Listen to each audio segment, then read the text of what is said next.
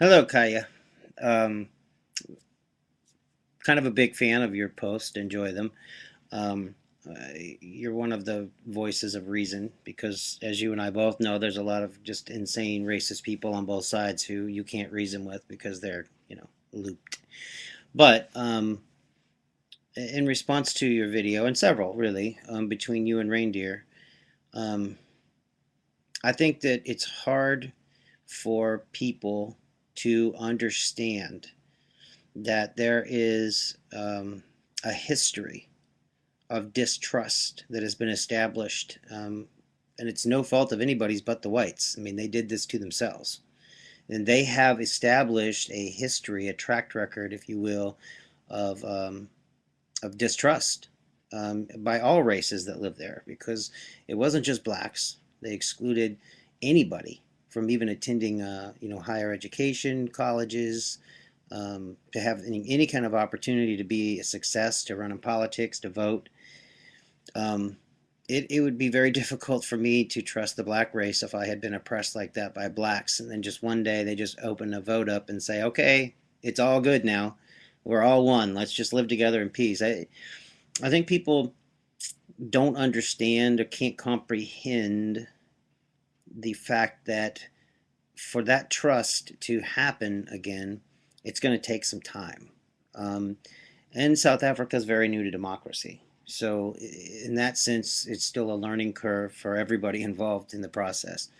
You can call the sham democracy that whites had a democracy if you want to, but it wasn't really much of a democracy. It was a democracy for whites. So, yeah, very valid, very valid. And that needs to be taken into consideration by people when they post a response. It's it's very difficult for people to put themselves in another person's shoes when you're going through something hard. And this is a hard time for whites over there. The thing that saddens me about the whole scenario is the massacre of whites, and that's, I'm not using strong wording. That's what's happening, and there's a lot of death over there, a lot of murder, a lot of crime. Anyway, at this point, number one in the world in many categories. Um, but white farmers are being targeted. I think anybody who has any reasonableness in their mind and is open to what um, the news is reporting facts. I don't think it was a good idea for the South African government to stop allowing these murders to be identified by race. That shows that they had something to hide. It makes it look like they're behind it. And so now we have a tug of war, and the mistrust continues. But I think the bigger picture here is that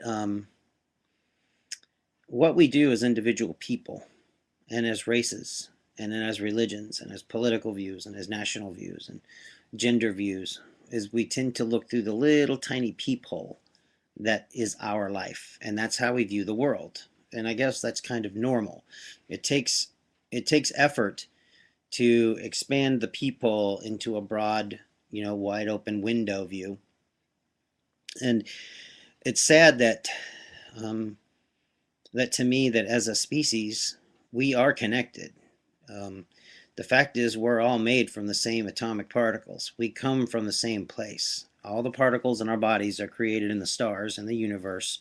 All the elements that make up human life here. We are a species. We're all human. And in this era of technology,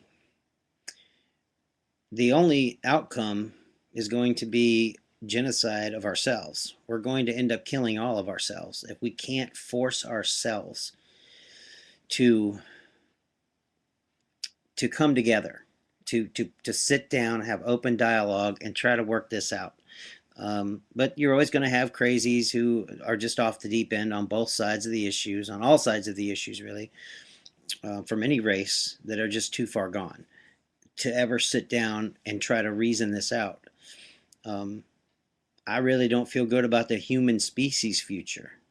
There's too many biological weapons that we know nations have that they have been tampering with, viral, bacterial, um, that we don't have natural defenses for and we don't have medicine for, that could be released into the world and would cause widespread, widespread death instantly, and it would travel like wildfire, which would definitely be um, that would definitely be spurned by any kind of nuclear war, because nations would have nothing left to lose, and the nations that don't have the ability to respond atomically would have to respond with what they had. And all nations, um, in any other than maybe third world, uh, they have the capacity to alter the DNA of viruses and bacteria and so forth. And we have hydrogen bombs, and we have chemical warfare, and any large scale worldwide plague like this, self-induced plague, would be the end of us all.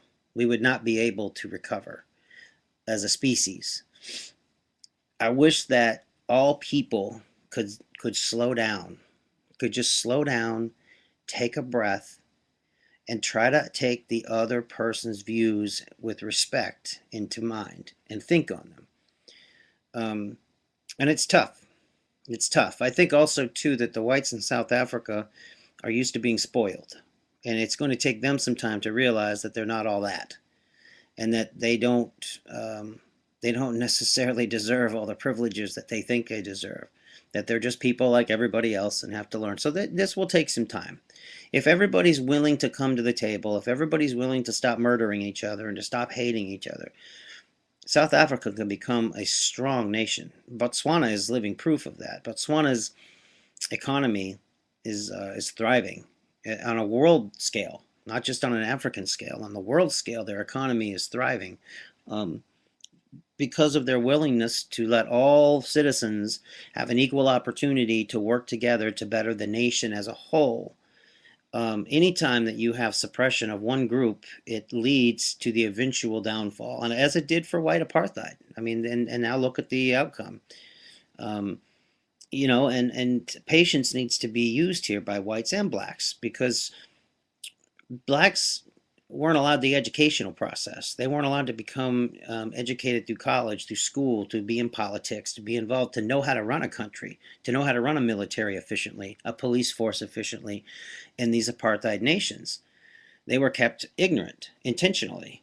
So just even the basics of running a good, strong economy and competing on a world level in an economy and a militarily and a crime, keeping crime down, so forth, is going to take time. It's going to take time.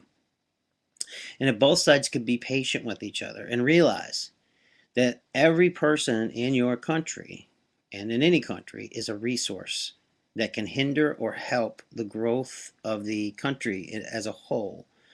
Um, but yeah, there has to be some sort of reasonableness on both sides. I think with the Vodacom, I hate to see it be strictly whites that can't do that. I think it should be based more on income. You know, those who are wealthy would be limited to what they could invest in, and those who are poor maybe could be even receive government assistance to invest. It doesn't do any nation good to have a whole entire populace being suppressed on either side. It doesn't matter. In the end, we are all one species. We share one planet. This is our home. And if we don't find a way as a species to get past our own egos and our own peephole view of life, we're going to end up killing ourselves. That's the only other option. So, again, I wanted to say hi, and I enjoy your post and await your reply, my friend. Have a great day, Kaya.